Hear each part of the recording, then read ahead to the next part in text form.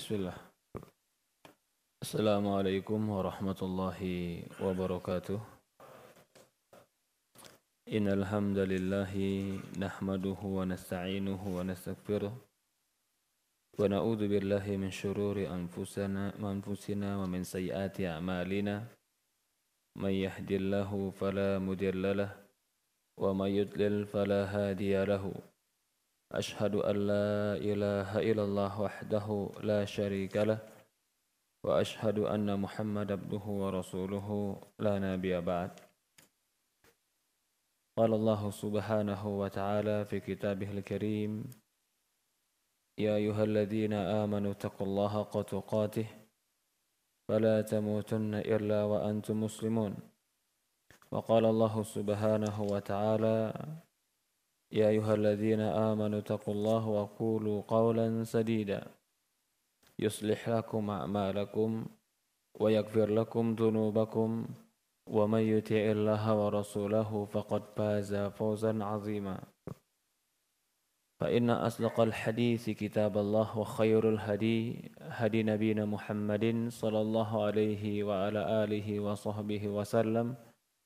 وشر الأمور محدثاتها فإن كل محدثة بدعة فإن كل بدعة ضلالة فإن كل ضلالة في النار أعاذني وإياكم من النار. Alhamdulillah, pertama-tama kita panjatkan puja dan puji syukur kita kepada Allah Subhanahu wa taala Rabbul Alamin, serta salawat dan salam selalu kita curahkan kepada baginda Nabi kita Muhammadin sallallahu alaihi wa ala alihi wa sahbihi wasallam, kepada keluarganya, kepada para sahabatnya, juga orang-orang yang mengikuti dan mencintainya ila yaumil qiyamah. Para hadirin ikhwan fiddin wa akhwatu fillah, bapak-bapak dan ibu-ibu yang dimuliakan dan dirahmati oleh Allah Subhanahu wa taala. Alhamdulillah, Allah pertemukan kita di waktu maghrib ini, duduk di masjid sampai datang waktu isya. Menunggu datang waktu isya kita duduk sambil belajar ilmu agama. Mudah-mudahan duduknya kita di sini dicatat sebagai ibadah oleh Allah Subhanahu wa taala, dan para malaikat mendoakan Allahumma ighfirlah, Allahumma arham. Ya Allah, ampuni mereka, ya Allah, rahmati mereka. Para hadirin yang dimuliakan dan dirahmati oleh Allah Subhanahu wa taala, di antara rahmat dan kebaikan Allah Subhanahu wa taala, Allah jadikan tempat-tempat dan waktu-waktu berbeda di antara tempat dan waktu yang lainnya. Ada tempat-tempat yang afdol untuk sholat, ada juga waktu yang afdol untuk ibadah. Allah jadikan itu dikarenakan rahmat dan kemurahan Allah Subhanahu wa taala. Seperti Allah jadikan Masjid Nabawi tempat yang baik untuk sholat, atau seperti di sekitaran Ka'bah orang sholat dilipat gandakan 100.000 kali lipat. Ini kebaikan. Begitu juga Allah Subhanahu wa taala melipat gandakan kebaikan itu pada bulan-bulan tertentu. Di antaranya adalah bulan-bulan haram. Allah Subhanahu wa taala berfirman di dalam Al-Qur'an, Inna iddatash syuhur indallah 12 syahran fi kitabillah yawma khalaqas samawati wal ardh minha arba'atul hurum. Kata Allah Subhanahu wa taala, banyaknya bulan di sisi Allah Subhanahu wa taala itu ada 12 bulan. Min al arba'atul hurum. Di antara 12 ini ya, fi kitabillah yawma khalaqas samawati wal ardh. Seperti Allah telah menciptakan langit dan bumi, di antara 12 bulan ini ada 4 bulan haram. 4 bulan haram ini disepakati oleh para ulama, itu 3 bulan berurutan, yang 1 bulannya berpisah sendiri. 3 bulan berurutan itu adalah bulan Dzulqa'dah, Dzulhijjah, dan Muharram. Dan kita sekarang masih pada Dzulhijjah. Tapi sebentar lagi kita akan masuk pada bulan Muharram. Yang satu lagi adalah bulan yang terpisah, yaitu bulan Rajab. Di dalam Quran Allah mengatakan, "Fala tudlimunna fihinna anfusakum." Kata Allah Subhanahu wa taala, jangan kalian menzolimi diri-diri kalian pada bulan tersebut. Dijelaskan oleh para ulama, apa maksud Allah Subhanahu wa taala melarang menzolimi diri-diri kita pada bulan haram tersebut? Apakah maksudnya bulan-bulan yang lain boleh menzolimi diri? Yang dilarang hanya 4 bulan ini saja menzolimi diri? Atau maksudnya adalah bulan-bulan yang lain haram menzolimi diri kita, tapi di 4 bulan ini lebih ditekankan keharamannya untuk menzolimi diri kita.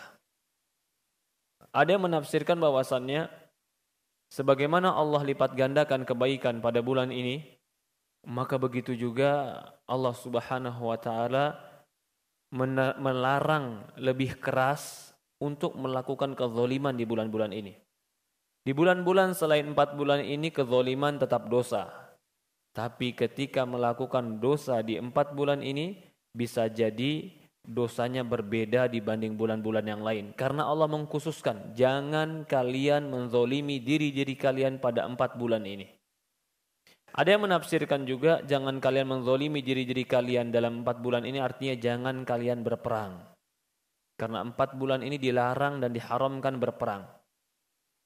Walaupun ikhtilaf ulama, apakah pelarangan perang ini masih ada atau sudah mansuh, sudah terhapus. Karena ketika Rasulullah SAW, ya, sebagian bulan Rasulullah SAW atau para sahabat pernah melakukan peperangan di bulan-bulan ini.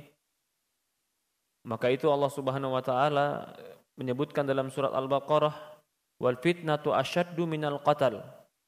Fitnah itu lebih dahsyat daripada pembunuhan. Di antara, Allahu alam yang saya ingat, di antara turunnya ayat ini adalah sebagian sahabat itu melakukan peperangan atau melanggar bulan haram. Sehingga orang-orang musyrikin, mereka menganggap itu suatu dosa yang besar dan kelancangan yang besar. Lalu Allah katakan, kata Allah Subhanahu wa taala, wal fitnatu asyaddu minal qatl. Fitnah, kesyirikan kalian lebih dahsyat daripada hanya pembunuhan. Yaitu kesyirikan kalian di kota haram, di tanah haram, itu lebih dahsyat daripada hanya sekadar pembunuhan. Disebutkan oleh para ulama, mengapa 4 bulan ini yang diharamkan? Ditekankan, diharamkan dan tidak boleh untuk melakukan kezoliman di bulan ini dan tidak boleh menumpahkan darah. Sebagian mengartikan sebagaimana dikatakan oleh Imam An-Nawawi dan yang lainnya atau Ibnu Rajab, ya. Yang pertama dikatakan bahwasannya diharamkannya 3 bulan berurutan dan 1 bulan yang terpisah karena 3 bulan yang berturutan ini berkaitan dengan haji. Orang sudah boleh mulai haji itu Dzulqa'dah, walaupun Syawal sudah boleh mulai. Tapi Dzulqa'dah, Dzulhijjah, Rajab, ini 3 bulan berurutan. Puncaknya haji adalah Dzulhijjah. Dari tanggal 8 sampai tanggal mungkin tanggal 13, 12. Puncaknya haji. 1 bulan sebelum itu Allah sudah haramkan pembunuhan dan peperangan, yaitu bulan Dzulqa'dah. Kenapa? Karena agar orang-orang yang masuk haji sebulan sebelumnya sudah tidak boleh diganggu. Begitu juga Allah haramkan 1 bulan setelah haji, yaitu bulan Muharram, agar mereka pulang ke rumah mereka di dalam perjalanan juga tidak terganggu. Jangan mengganggu orang yang ingin beribadah ke Baitullah, ke rumah Allah Subhanahu wa taala. Adapun bulan Rajab, sebagian mengartikan kenapa bulan Rajab pun diharamkan di sana berperang antara orang musyrikin dan menumpahkan darah, karena di bulan Rajab itu biasanya bulan yang digunakan untuk umroh. Maka bagi mereka yang umroh untuk menziarahi Baitullah, rumah Allah Subhanahu wa taala, tidak boleh ditumpahkan darah mereka. Para hadirin jemaah yang dimuliakan dan dirahmati Allah Subhanahu wa taala, diriwayatkan dalam sebuah hadis dari Abi Bakar, riwayat Bukhari, Nabi SAW mengatakan, Inna zaman qad istadara ka hayati yauma khalaqas samawati wal ard. Sesungguhnya waktu ini telah berputar sebagaimana Allah telah menciptakan ketika Allah menciptakan langit dan bumi. Dalam setahun itu ada 12 bulan. 4 bulan diantaranya bulan yang haram, bulan yang terlarang. 3 bulan berturutan, yaitu Dzulqa'dah, Dzulhijjah, dan Muharram. Wa Rajabul Mudharul ladzi baina Jumadi wa Sya'ban. Yang terakhir adalah Rajab, yaitu di antara Jumadi dan Sya'ban. Maknanya di dalam dikatakan bulan ini bulan haram, sebagaimana kita katakan tadi, bulan ini diharamkan di dalamnya kezaliman. Dan di antaranya juga adalah diharamkan di dalamnya itu pembunuhan. Bulan haram ini bulan yang harusnya banyak seseorang itu beribadah kepada Allah dan memfokuskan ibadah kepada Allah. Di antaranya bulan Rajab atau bulan Dzulqa'dah, Dzulhijjah dan Muharram, Rasulullah mengatakan afdhalus shaum ba'da syahrul Ramadan syahrullahil ladzi tad'unaha Muharram wa afdhalus salat ba'dal fardhati qiyamul lail. Kata Rasulullah SAW dalam hadis riwayat Muslim, puasa yang paling afdal setelah puasa Ramadan itu adalah puasa di bulan yang kalian menyebutkan dan memberikan dia nama dengan bulan Muharram. Dan salat yang paling afdal setelah salat wajib itu adalah salat malam, yaitu salat tahajud di malam hari. Dikatakan oleh para ulama, berdasarkan hadis ini, maka afdal puasa tatawwu, puasa sunnah yang terafdal itu adalah di pada bulan Muharram. Walaupun nanti kita akan bahas di sini apa yang dimaksud. Bukankah Sya'ban juga memiliki keutamaan yang besar? Tapi di sini ingin menunjukkan bahwasannya bulan Muharram ini bulan yang Allah Subhanahu wa taala muliakan. Maka dianjurkan bagi kita di bulan Muharram, termasuk juga bulan Dzulhijjah ini, memperbanyak ibadah kepada Allah Subhanahu wa taala. Di dalam hadis Rasulullah SAW menyandarkan bulan Muharram ini kepada Allah Subhanahu wa taala. Sampai dikatakan syahrullahil ladzi tad'unahu Muharram. Sebagaimana kita sebutkan tadi hadis dalam riwayat Muslim, bulan Allah yang kalian menamakannya dengan bulan Muharram. Disebutkan oleh para ulama, mengapa bulan ini disandarkan kepada Allah, bulan Allah. Sebagaimana masjid atau Baitullah atau Ka'bah jika disandarkan kepada Allah, maka dia menjadi memiliki keutamaan Baitullah, rumah Allah. Atau jika juga hamba jika dinisbatkan kepada Allah, maka hamba tadi menjadi memiliki kemuliaan. Sebagaimana Rasulullah SAW dikatakan Abdullah, hambanya Allah. Begitu pula bulan Muharram. Bulan Muharram ini jika disandarkan kepada Allah Subhanahu wa taala, maka dia berbeda dengan bulan-bulan yang lain. Sampai dalam riwayat Muslim yang kita baca tadi, syahrullah, bulan ini adalah bulan Allah. Maka barang siapa yang memuliakan bulan ini, menghidupkan ibadah bulan ini, menjaga dirinya dari kezaliman dan menjauhkan diri dari keharaman, maka dia telah memuliakan bulan Allah Subhanahu wa taala.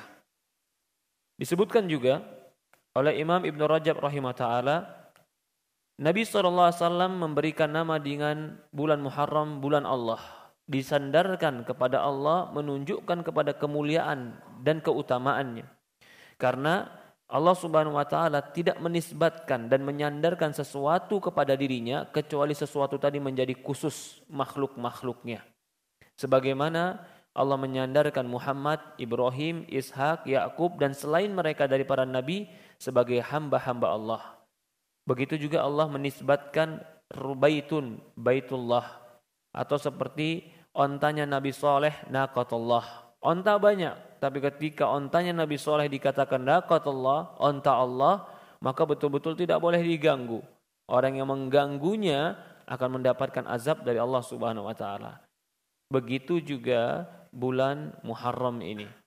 bulan yang disandarkan kepada Allah Subhanahu wa taala, berarti bulan yang memiliki keutamaan.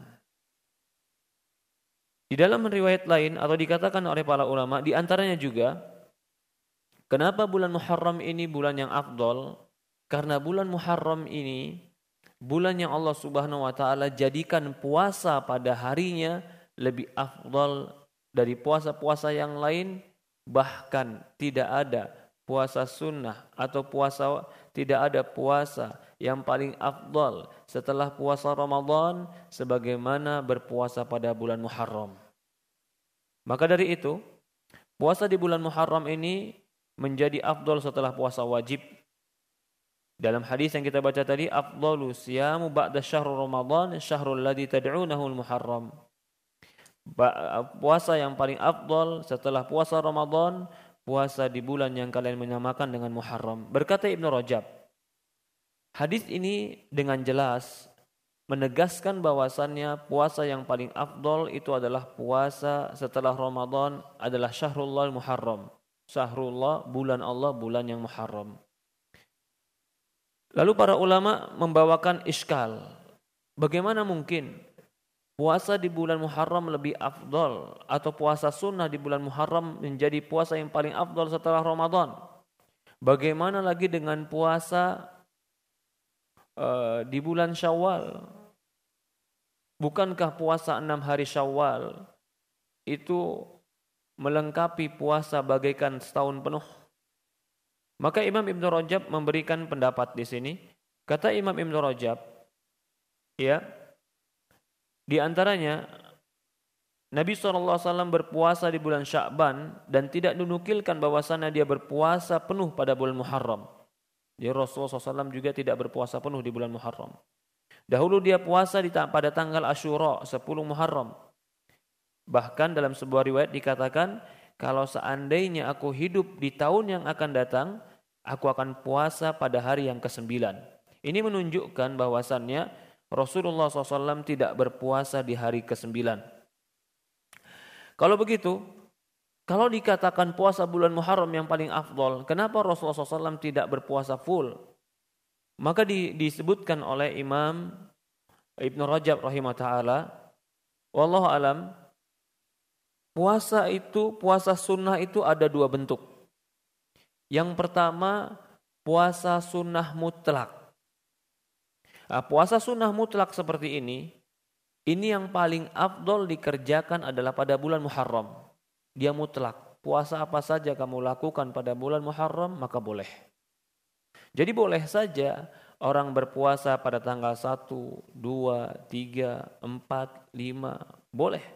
Sampai 9 juga boleh. Sampai 10 juga boleh. Ya, atau sampai 11 juga boleh. Di bulan Muharram. Tapi bukan karena berkaitan dengan sesuatu, tapi itu puasa mutlak. Maka katanya Rasulullah mengatakan afdhalus shaum ba'da Ramadan, puasa yang paling afdal setelah Ramadan, puasa bulan Muharram. Yang kedua, ada puasa yang bukan mutlak. Ini yang dikatakan puasa sunnah muqayyad yang terkait dengan waktu tertentu. Biasa jadi kalau ditanya puasa mutlak kapan yang paling afdol, jawabannya adalah bulan Muharram. Tapi kalau dikatakan apakah seluruh puasa sunnah yang paling afdol di bulan Muharram, maka sebagian ulama menganggap puasa muqayyad yang berkaitan dengan waktu tertentu bisa jadi itu memiliki keutamaan-keutamaan yang lain di luar daripada keutamaan bulan Muharram. Sebagaimana orang berpuasa di bulan Syawal setelah bulan Ramadan, maka puasanya mengikuti Ramadan itu dihitung sebagai puasa Ramadan. Ya, puasa 6 hari di bulan Syawal itu bagaikan puasa 1 tahun penuh. Kenapa pada bulan Muharram itu ada bulan keutamaan? Di antaranya, ya, yang ketiga kita katakan di antaranya, karena Allah Subhanahu wa taala menjadikan pada bulan tersebut Allah menyelamatkan Musa dan Allah menyelamatkan Nuh alaihissalam. Walaupun sebagian riwayat mengatakan diselamatkannya Nuh pada tanggal 10 Asyura, 10 Muharram itu periwayatan kurang sahih. Tapi banyak disebutkan oleh para ulama dalam buku-buku sejarah, tanggal 10 Muharram itu bukan hanya Nabi Musa alaihissalam yang Nabi Musa alaihissalam saja yang diselamatkan oleh Allah, tapi Nabi Nuh alaihissalam juga diselamatkan pada tanggal 10 Muharram yang disebutkan dengan hari Asyura. Bagaimana sikap orang mukmin ketika ada hari Asyura? Rasulullah SAW suatu hari di kota Madinah melihat orang-orang Yahudi pada tanggal 10 Muharram mereka berpuasa.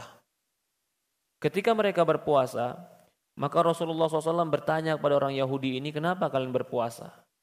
Karena mereka mengatakan hari ini Allah menyelamatkan Musa, maka kami berpuasa karena bersyukur kepada Allah Subhanahu wa taala. Lalu Rasulullah SAW mengatakan kami lebih berhak untuk berpuasa karena kami mengikuti Musa alaihissalam. Jadi Rasulullah SAW memberikan anjuran kepada kita pada tanggal 10 Asyura, 10 Muharram untuk berpuasa. Bahkan Rasulullah SAW mengatakan dalam hadis, siyamu yaumul arafah ahtasibu ala Allahi an yakaffiru sanata allati qablaha wa sanata allati ba'daha. Puasa pada hari Arafah, aku meyakini bahwasannya dia akan menggugurkan dosa setahun yang telah lalu dan setahun yang akan datang. Wa siyamu yaumul asyura, adapun berpuasa pada hari Asyura, ahtasibu ala Allah an yukaffiru sanata allati qablaha. Aku yakin dia akan menggugurkan dosa setahun yang telah berlalu. Jadi puasa Asyura pada tanggal 10 Muharram itu menggugurkan dosa 1 tahun yang telah berlalu. Itulah dikatakan Asyura. Maka Ahlussunnah wal Jamaah pada tanggal 1 Asyura atau 10 Muharram dia melakukan puasa. Karena puasa di situ, puasa yang diajarkan oleh Rasulullah SAW, tanda bersyukur kepada Allah Subhanahu Wa Taala. Karena Allah Subhanahu Wa Taala menyelamatkan Musa alaihissalam. Berarti di sini dalil bahwasannya berpuasa itu salah satu cara kita bersyukur kepada Allah Subhanahu Wa Taala. Maka bagi kita yang ingin bersyukur kepada Allah, nggak selamanya syukuran itu dengan makan-makan. Enggak selamanya syukuran itu dengan ngundang orang banyak. Ada orang yang mau bersyukur tapi enggak punya uang. Bisa dia bersyukur dengan berpuasa. Atau bahkan bersyukur juga bisa dengan sholat. Sebagaimana Rasulullah SAW ketika dia sholat hatta tatafattar qadamah, sampai kakinya bengkak dan pecah-pecah. Maka Aisyah mengatakan, ya Rasulullah, kenapa kau lakukan? Bukankah dosamu yang telah lalu dan akan datang itu diampuni? Maka Rasulullah mengatakan, apa akuna abdan syakura? Bukankah aku harus menjadi hamba yang bersyukur? Berarti bersyukur itu di antara caranya adalah sholat. Di antara caranya adalah berpuasa. Walaupun di antara caranya pun adalah tetap memberikan sedekah dan memberikan makan kepada orang lain. Tetapi bukan hanya terbatas memberikan makan, berpuasa pun termasuk cara bersyukur kepada Allah Subhanahu wa taala. Bahkan bisa jadi orang yang melakukan syukuran ketika dia dapat rumah dia bersyukur, ketika anaknya sunatan dia bersyukur ngundang anak yatim makan, ketika naik jabatannya bersyukur, ngundang tetangganya makan. Dia katakan dia syukuran, tapi kalau dalam sholat kesehariannya, sholat 5 waktu dia tidak sholat, maka dia tidak termasuk orang yang bersyukur. Apakah bersyukur hanya ketika mendapatkan naik jabatan, atau dapat rumah baru, atau dapat tugas baru, atau dapat kenikmatan yang besar? Tapi ketika sehari-hari sholatnya dia tidak mengerjakan sholat. Orang yang paling bersyukur adalah orang yang satu harinya mengerjakan sholat wajib kepada Allah Subhanahu Wa Taala, maka itu termasuk orang-orang yang bersyukur. Tapi Allah gambarkan di Quran, wa qalilum min ibadi syakura, dan sedikit dari hamba-hambaku yang bersyukur. Kemudian para ulama menyebutkan juga tentang mana yang terbaik untuk puasa pada tanggal 10 Asyura ini. Ada yang mengatakan kalau engkau berpuasa hanya pada tanggal 10 Muharram, maka itu makruh, dibenci. Ini pendapat dari Hanafiyah. Allah alam apa dasar mereka? Ada yang bisa tahu di sini? Kenapa Hanafiyah mengatakan puasa tanggal 10 Muharram itu dibenci? Dibenci itu berarti makruh.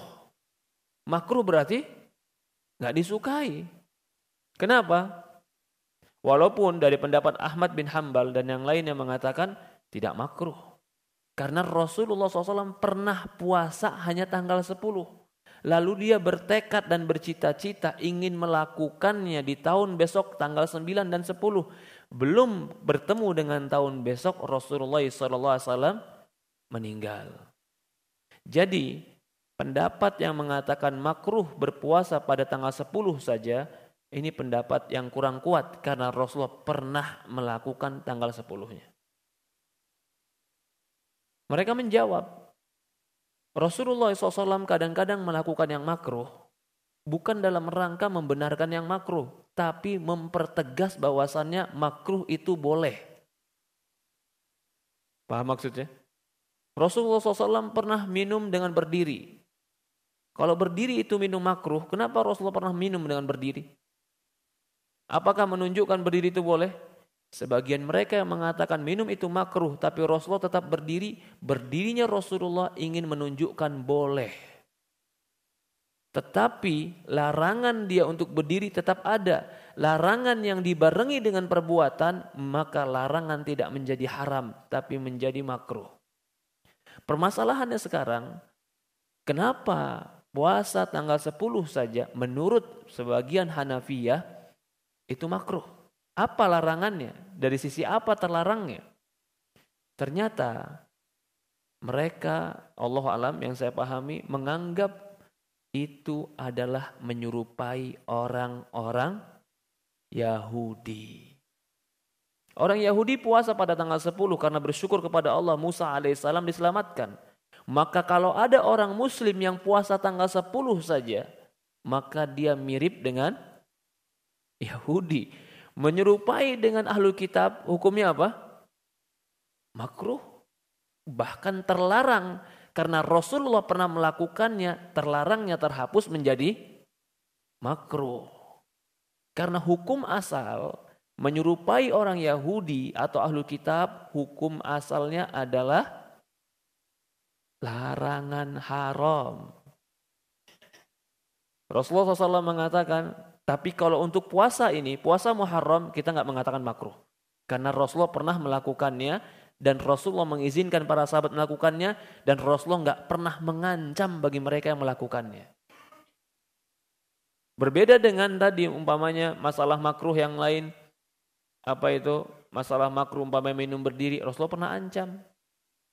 Sebagian ulama ada yang beranggapan, walaupun ini pendapat yang agak lemah, makan tangan kiri makruh. Karena Rasulullah mengancam di bab adab. Kita kembali. Yang benar tanggal 10 Muharram itu berpuasa tidak makruh, hanya berpuasa tanggal 10 Muharram. Tetapi Rasulullah SAW berkeinginan, kalau aku hidup di tahun yang akan datang, la asumanna tasi. Aku akan berpuasa di hari yang ke-9. Berarti yang baik itu adalah puasa tanggal 9 dan tanggal 10. Ini baik. Tapi yang paling baik lagi adalah 9, 10, 11. Ini yang paling baik lagi. Kalau hanya menjadikan tanggal 10 saja boleh. Menjadikan 10 atau 9, 10 itulah yang diinginkan Rasulullah, tapi Rasulullah belum sempat melakukannya. Kalau dijadikan 10 dan 11 itu pun boleh karena ingin menyelisih orang Yahudi. Kalau 9, 10, 11 itu pun dibolehkan karena menyempurnakan. Teman-teman ikhwanu fiddin wa akhwatu fillah rahimani wa rahimakumullah. Di sini ada sebuah dalil bagi kita bahwasanya Rasulullah SAW itu sangat-sangat tidak mau menyerupai orang-orang Yahudi dalam segala bentuk perbuatan. Yahudi puasa karena bersyukur kepada Allah dengan selamatnya Musa. Nabi Muhammad merasa kita orang Islam lebih berhak berpuasa. Sama-sama puasa, sama-sama ibadah yang ada dasarnya. Tapi karena hampir mirip perbuatannya, Rasul berusaha membedakan diri dengan orang Yahudi. Karena Rasul mengatakan, man tashabbaha biqaumin fahuwa minhum. Barang siapa yang menyerupai satu kaum, maka dia seperti kaum itu. Dikumpulkan dengan itu. Almar'u ma'aman ahab yaumul qiyamah. Seseorang akan dikumpulkan dengan orang yang dia cintai di hari kiamat. Juga termasuk diantaranya bukan hanya ibadah. Bukan hanya ibadah. Bahkan berpenampilan. Rasulullah SAW mengatakan panjangkan jenggotmu, cukur kumismu, khaliful majus. Selisih orang majusi. Artinya bedakan dirimu dengan mereka. Karena membedakan diri kita dengan mereka, itu menunjukkan kita memiliki kehormatan, kemuliaan, dan tidak sama seperti mereka. Dari ini pula, para ulama berdalil, bahkan dengan ucapan, kita nggak boleh mirip ucapan kita dengan gaya bahasa orang Yahudi dan Nasrani. Fala taqulu ra'ina wa qulu zurna. Jangan kalian mengatakan ra'ina, lihatlah kami. Akan tetapi katakanlah unzurna, lihatlah kami. Enggak boleh mengatakan ra'ina. Itu bahasa yang biasa digunakan oleh orang-orang selain muslim. Gaya bahasa saja Allah memberikan kita adab agar kita tidak menyerupai orang-orang kafir. Bahkan seorang sahabat pernah berkata, "Ya Rasulullah, aku ingin bernazar bibuanah." Menyembelih di Buanah. Buanah itu nama tempat. Rasulullah mengatakan, hal kana fihi authan tu'bad. Apakah di sana ada berhala yang disembah? Enggak ada ya Rasulullah. Rasulullah tanya, kenapa kok kamu mengkhususkan tempat itu? Rasulullah deteksi dulu, apakah di sana ada berhala orang musyrik yang disembah? Enggak ada ya Rasulullah. Hal kana fihi a'yaduhum. Apakah di tempat itu mereka biasa mengerjakan hari-hari besar mereka? Dikatakan tidak ya Rasulullah. Enggak ada juga ya Rasulullah. Maka Rasulullah katakan, aufu binadrik. Tunaikan nazarmu. Kenapa Rasulullah bertanya kepada dua perkara ini? Dia ingin menunaikan nazarnya menyembelih di suatu tempat yang namanya Buanah. Dia tanya dulu, boleh enggak aku tunaikan ya Rasulullah? Rasulullah bertanya dengan dua pertanyaan. Adakah di sana berhala? Maka jawabannya, gak ada. Adakah di sana hari besar mereka? Jawabannya, gak ada. Kalau ada, diumpamakan ada hari besar mereka, pastilah jawaban Rasulullah, jangan kau kerjakan di sana. Kenapa? Karena Rasulullah tidak mau orang muslim mengerjakan ibadah di tempat yang hari besar orang-orang muslim pun mengerjakan ibadah di sana. Di sini pun dalil bahwasannya tidak boleh menyerupai ibadah di tempat ibadah orang-orang non-muslim. Kalau mereka berdalil, Ustadz, Umar bin Khattab pernah sholat di gereja, Ustadz. Pernah dengar dalil ini? Hah? Maka jawabannya betul. Umar bin Khattab pernah sholat di gereja. Tetapi dia sholat itu ketika pentaklukan. Gereja ini dikuasai oleh dia, semenjak dia sholat di situ dirubah menjadi masjid, bukan gereja lagi. Maka kalau ada orang-orang yang mengadakan ibadah bersamaan dengan orang-orang Yahudi dan Nasrani di tempat ibadah yang sama, di waktu yang sama, di acara yang sama, mereka berdalil dengan dalih-dalih yang dicari-cari, kita bilang kamu telah tasyabuh dengan orang-orang kafir. Maka dari itu tidak diperbolehkan kita tasyabuh dengan orang-orang kafir. Di antara perkara yang tidak diperbolehkan untuk dilakukan di bulan Muharram adalah merayakan tahun baru Muharram. Loh, kenapa nggak boleh Ustadz? Kan meriah. Mereka punya hari raya, kita punya hari raya. Mereka punya tahun baru, kita punya tahun baru. Apa jawaban kita? Jawaban kita adalah jangan kau lakukan seperti apa yang dilakukan oleh orang Yahudi dan Nasrani. Kalau ditanya pernahkah Rasulullah SAW melakukan bulan Muharram? Ya jelas nggak pernah. Karena peletakan tanggal 1 Muharram sebagai awal tahun itu ada pada zaman Khulafaur Rasyidin, bukan di zaman Rasulullah SAW. Bahkan penentuan tanggal 1 Muharram awal tahun Islam itu pun sempat diperbincangkan oleh para sahabat. Ada yang mengatakan, ayo kita mulai aja tahun Islam semenjak Rasulullah SAW diutus menjadi Nabi. Ada lagi yang berpendapat berbeda semenjak Nabi lahir. Ada lagi yang berpendapat dengan pendapat yang berbeda. Sampai ada yang berpendapat, ya sudah, kita jadikan awal tahun Islam ketika pertama kali hijrah.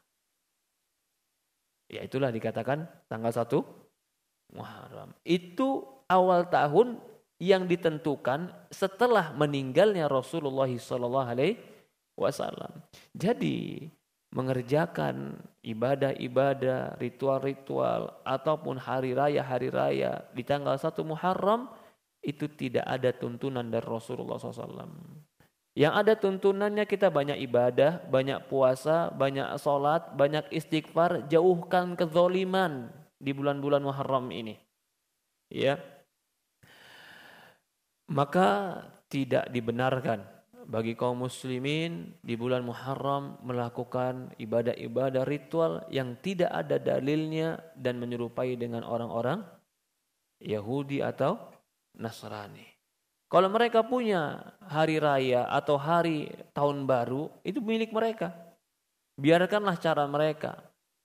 Karena mereka pun merayakan hari tahun baru itu atau tanggal tahun baru itu pun karena mereka menganggap di tahun dan tanggal itu lahirlah anak Tuhan. Maka mereka merayakan bahasa mereka dengan lahirnya Al-Masih. Dan di antara perkara yang tidak dituntunkan oleh Rasulullah SAW di bulan Muharram, terutama pada tanggal 10 Muharram, adalah meratapi meninggalnya Husain. Husain memang meninggal pada tanggal 10 Muharram, tapi bagi kaum muslimin tidak dicontohkan, bahkan terlarang untuk meratapi meninggalnya cucu baginda Nabi kita Muhammad SAW. Rasulullah SAW mengatakan, "Laisa minna man darbal khudud wa saqqal juyub wa da'wa bid'awatin jahiliyah." Kata Rasulullah SAW, bukan golongan kami orang yang menampar-nampar pipi, merobek-robek baju dan mengucapkan ucapan-ucapan jahiliyah. Ini bagi mereka yang meratapi mayit. Bagaimana lagi kalau meratapinya dengan cara melukai badan dengan pisau atau melukai dengan alat-alat tajam dengan beralasan bahwasannya kami merasakan apa yang dirasakan oleh Husain alaihissalam. Kita katakan ini juga perkara-perkara mungkar yang enggak boleh dilakukan pada bulan Muharram. Tapi harusnya pada tanggal 10 Muharram itu kita memperbanyak atau melakukan puasa karena mencontoh Rasulullah sallallahu alaihi wa ala alihi wa sahbihi wasallam. Teman-teman yang dimuliakan, ikhwanu fiddin wa akhwatu fillah, rahimani wa rahimakumullah, yang dimuliakan dan dirahmati Allah Subhanahu wa taala, sebagian kelompok mereka menjadikan hari Asyura itu sebagai hari ratapan. Sebenarnya kalau kita melihat kepada sejarah Islam, maka hari ratapan ini adalah sebenarnya hari mereka berdusta untuk diri mereka sendiri. Kenapa hari berdusta untuk mereka sendiri? Karena kalau kita melihat sejarahnya, kenapa Husain alaihissalam bisa pergi ke Karbala pada tanggal 10 Asyura? Itu karena undangan mereka. Orang-orang Persia ketika itu mengundang Husain beberapa kali. Kemarilah Husain, datanglah kepada kami akan baiat setia kepada kamu, kami akan bela kamu, kami akan tumpahkan darah untuk terus membelamu. Sampai akhirnya Husain datang dari Madinah pergi ke Persia. Terdengarlah oleh sebagian dari khalifah ketika itu Muawiyah dan keturunannya. Maka mereka ketika mendengar itu, mereka khawatir Husain pergi ke Persia untuk melakukan kudeta. Karena orang-orang Persia ini memang banyak yang suka melakukan kudeta. Maka diutuslah orang untuk menghentikan perjalanan Husain. Tapi orang yang diutus ini, pada asalnya dia diutus untuk memberhentikan, menahan Husain jangan masuk Persia. Tetapi ternyata malah yang terjadi adalah Husain bersama anaknya, keluarganya, mereka tahan di daerah Karbala dan sudah masuk Persia ini. Ditahan daerah situ, dibunuh dan ditumpahkan darahnya. Lah kemana mereka orang-orang yang mengatakan kemarilah Husain kami bela engkau. Ternyata ketika itu mereka sama sekali tidak ada yang keluar untuk membela Husain.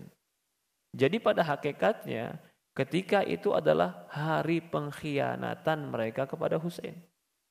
Yang katanya akan membela, membantu, menolong Husain, tapi ternyata mereka membiarkan Husain dibunuh.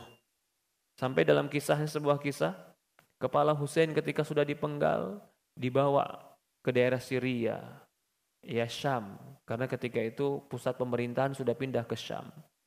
Dibawa kepala Husain ke daerah Syam, maka khalifah di Syam ketika itu malah kaget. Kenapa kau penggal kepalanya? Bukankah ku perintahkan hanya menghentikan dia? Kata dia, ini ku hentikan sekarang. Tapi maksudnya bukan dibunuh. Ketika itu ada beberapa sahabat yang melihat kepala Husain di situ dibawa.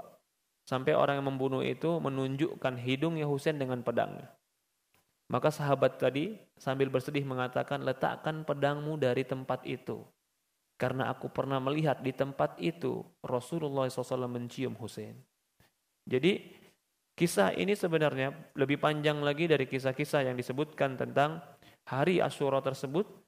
Bukan pantas bagi kita untuk meratapinya. Memang kita menyedihkan mengapa kejadian itu terjadi. Tetapi tetap yang disunahkan untuk kita adalah berpuasa. Bukan hanya untuk melukai diri kita pada tanggal 10 Asyura. Ikhwanu fiddin wa akhwatu fillah, teman-teman yang dimuliakan dan dirahmati Allah Subhanahu wa taala. Maka puasa Muharram atau keadaan pada bulan Muharram ini adalah kesempatan yang besar. Kesempatan yang besar bagi kita untuk melakukan puasa, untuk beramal soleh, termasuk di bulan Dzulqa'dah ini untuk beramal baik, dan kesempatan bagi kita juga untuk meninggalkan perbuatan-perbuatan kezaliman. Karena Allah berfirman, jangan kalian zalimi diri-diri kalian pada bulan-bulan tersebut. Karena bulan ini, bulan yang Allah Subhanahu wa taala muliakan. Ya Allah alam, mungkin kita sholat Isya dulu. Setelah sholat Isya ada pertanyaan, tafadhol, silahkan. Sholat Isya dulu Ustaz atau bagaimana? Azan. Tafadhol, silahkan azan.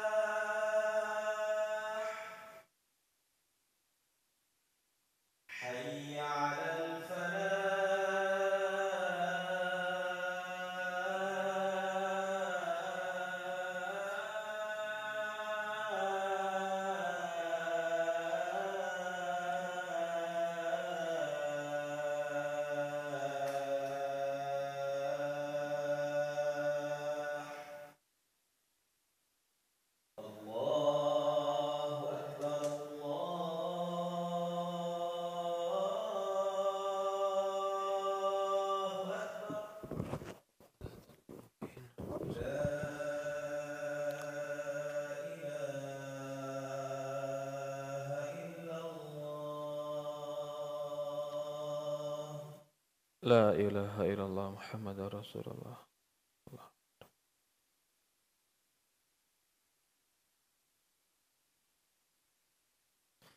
Ya alhamdulillah wassalatu wassalamu ala asyrafil anbiya wal mursalin ala nabiyina Muhammadin sallallahu alaihi wa ala alihi wa sahbihi wasallam. Ikhwanu fid din wa akhwatu fillah rahimani wa rahimakumullah yang dimuliakan dan dirahmati Allah Subhanahu wa taala. Ketika Allah Subhanahu wa taala berfirman, "Fala tutlimu fihinna anfusakum." Jangan kalian menzalimi di dalam bulan-bulan tersebut diri-diri kalian. Menzalimi diri itu beraneka ragam. Di antara zalim yang paling besar adalah kesyirikan.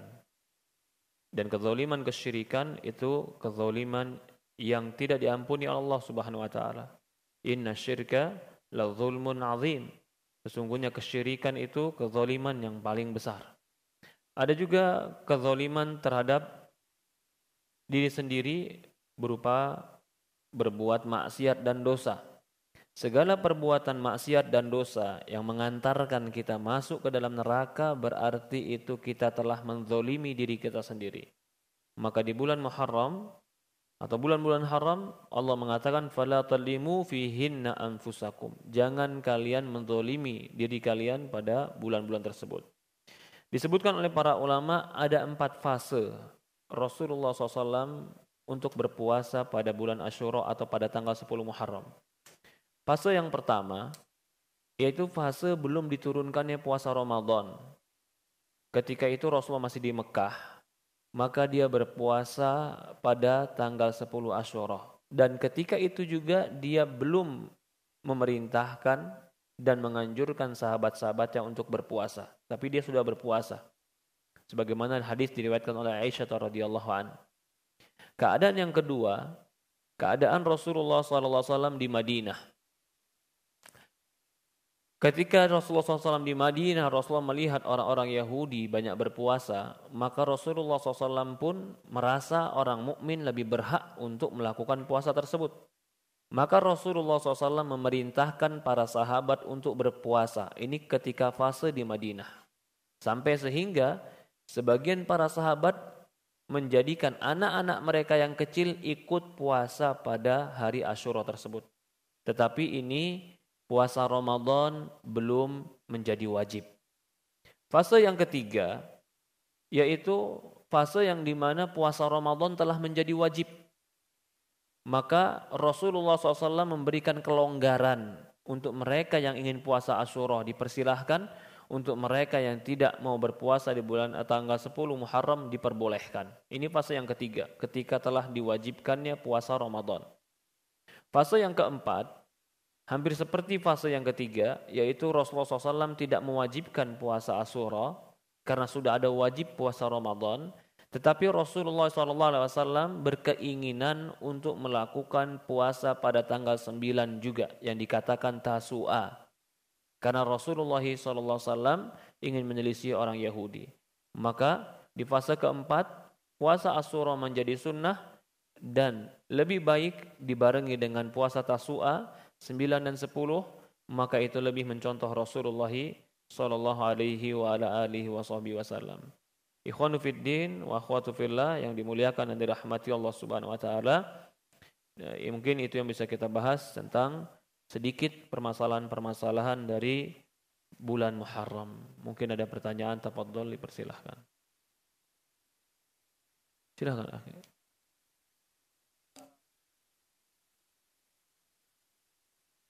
Bulan Muharram dikatakan bulan anak yatim. Iya, ada yang bilang bulan anak yatim, Pak. Lebaran anak yatim. Iya. Jadi harus santunan anak yatim bulan Muharram. Iya. Syukran.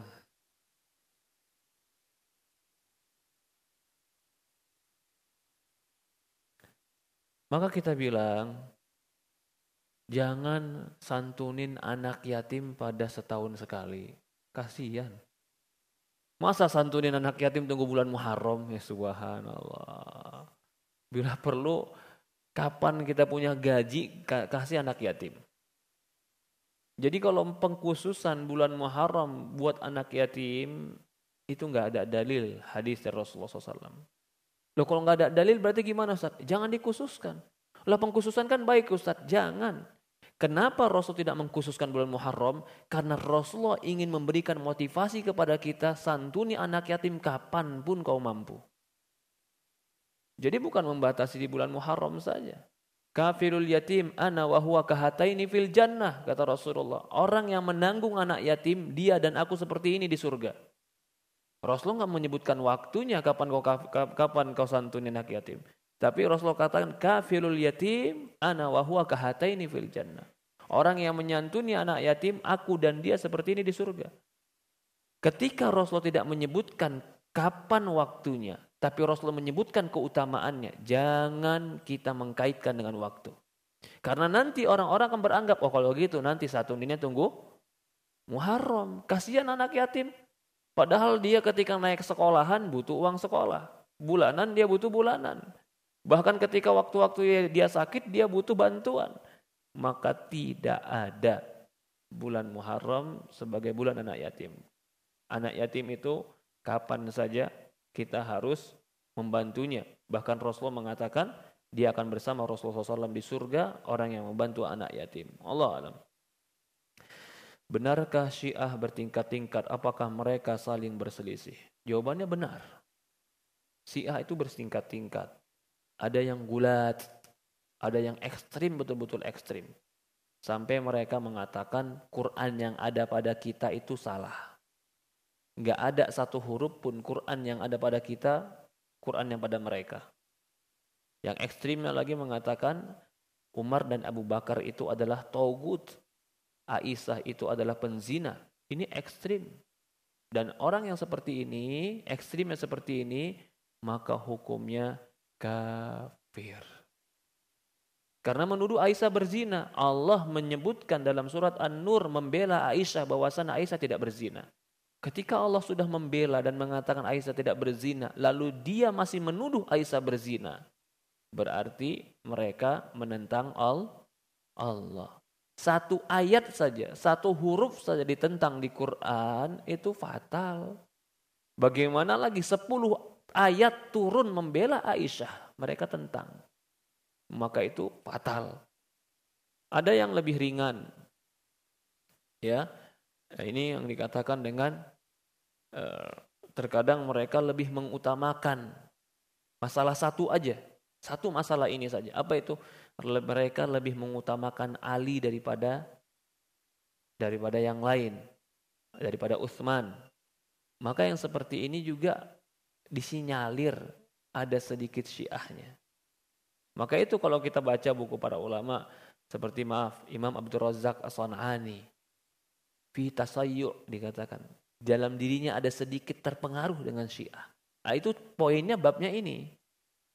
Bukan berarti membenarkan Syiah, tidak. Mut'ah tidak. Maksudnya hanya bab ini.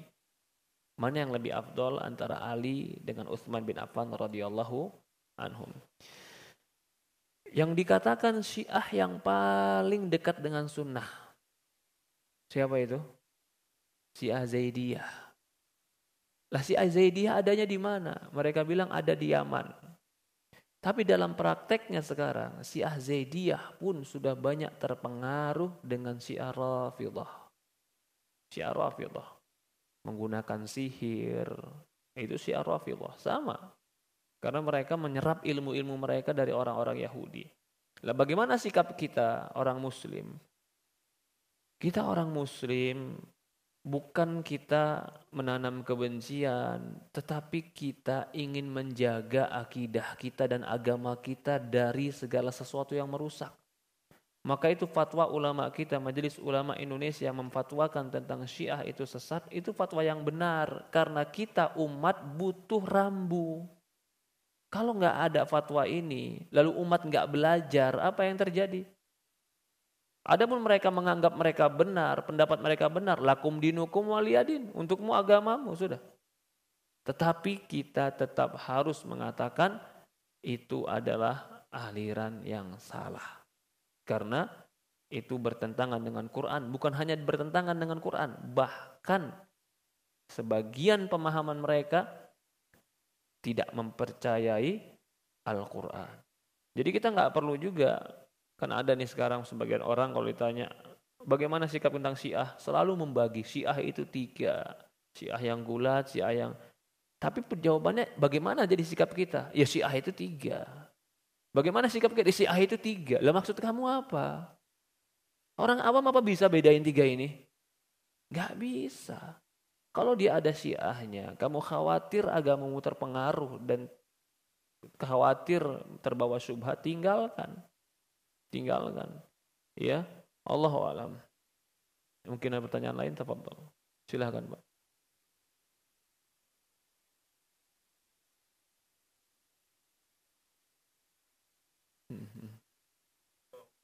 Ya. Masya Allah. Untuk hukum berdiri ya. Ya. Hmm.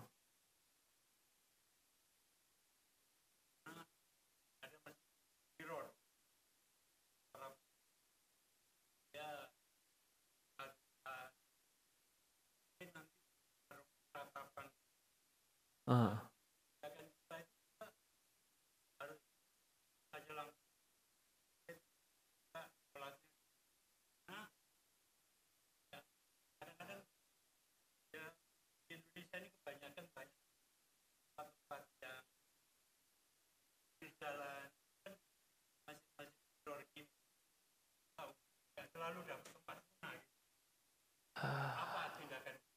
Yang pertama masalah minum, berdiri atau duduk.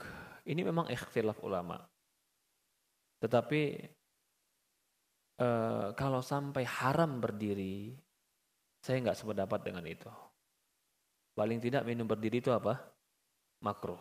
Ada yang berpendapat tidak makruh, karena Rasulullah pernah minum berdiri. Iya. Jadi kalau untuk anak, kita pun terkadang menerapkan kepada anak sesuai hukum. Kalau itu makruh bukan haram, nggak perlu kita hukum dia dengan minum berdiri karena memang itu bukan haram. Cuman kalau kita tegur, duduk, nggak bagus kalau berdiri. Kalimat nggak bagus ini kan hanya menunjukkan apa? Ya nggak bagus, makruh begitu. Ya, jadi kita pun berbahasa seperti bahasanya syariat. Menurut saya itu lebih aman daripada kita menegaskan sesuatu atau mengeraskan sesuatu yang syariat tidak mengeraskan itu. Nanti khawatirnya malah kita melampauinya. Lalu masalah masjid. Hukum asal masjid kaum muslimin, dimanapun ada masjid itu kita sholat. Jangan gara-gara mau sholat kayak saya di Bogor. Mau pulang dari sini mau ke Bogor. Tunggu dulu sholatnya di mana. Cari sholat masjid sunnah di Bogor. Akhirnya sholat saya terlambat. Di mana saja sholat. Ketemu kaum muslimin sholat. Kita nggak tahu Ustaz, dia bagaimana, nggak tahu gimana, yang jelas dia sholat, dia syahadat, azannya Allahu Akbar, asyhadu anna Muhammadar Rasulullah, sholat sama orang Islam. Itu hukum asalnya. Di masjid manapun kita sholat. Kalau mereka melakukan sesuatu perkara-perkara yang bid'ah imamnya, ya dosa untuk mereka. Kita tidak menanggungnya karena kita nggak melakukannya. Kecuali masjidnya betul-betul, maaf ini, ada kuburan. Bukan karena kita tidak mau bergabung, tapi memang ada hadis, la tusolli ila kubur. Jangan kalian sholat ngadap kuburan. Bahkan dalam sebuah riwayat, la tusolli ala kubur. Jangan kalian sholat di atas kuburan. La taj'alu buyutakum maqabir. Jangan jadikan rumah kalian seperti kuburan. Sholatlah dan bacakan Quran di rumah kalian. Berarti kuburan bukan tempat sholat, bukan tempat baca Quran. Ketika Rasulullah mengatakan la tusolli ila kubur, hadisnya sahih, disahihkan oleh Syekh Albani. Jangan kalian sholat menghadap kuburan. Jangan di sini artinya larangan. Larangan melakukan itu menunjukkan haramkah atau menunjukkan batal? Paham maksud saya, Pak? Larangan hukum asalnya apa? Nggak boleh, terlarang kan? Kalau dilarang dan tetap dilakukan, sah atau tidak? Maka itu sebagian ulama mengatakan tidak sah. Karena larangan menunjukkan batalnya perbuatan tersebut. Ya, seperti itu. Atau seperti tempat-tempat yang betul tadi. Tempat-tempat yang betul-betul di sana menjadi markas-markas kelompok-kelompok yang dikatakan sesat oleh MUI. Seperti markas-markas untuk Syiah. Ya kita nggak usah sholat di situ. Karena kita lebih baik menjaga diri kita dan menjaga agama kita daripada kita melihat mereka. Melihat mereka ternyata disambut lebih hangat. Ana sholat di tempat mereka. Masya Allah, pintu dibukain. Semua senyum sama ana. Salam, apa kabar? Ana kalau masjid sunnah, semua cemberut sama ana.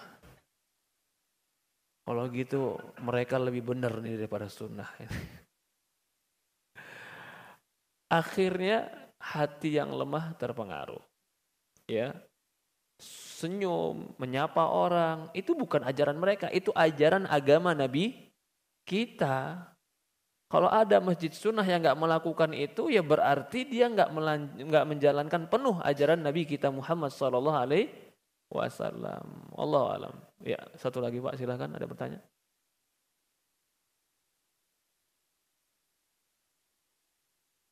Al-Quran yang bersanad, Al-Quran yang ada sama kita pada hari ini bersanad. Dan sanadnya mutawatir. Saking mutawatir dan banyak sanadnya, dia nggak perlu lagi ditulis sanadnya.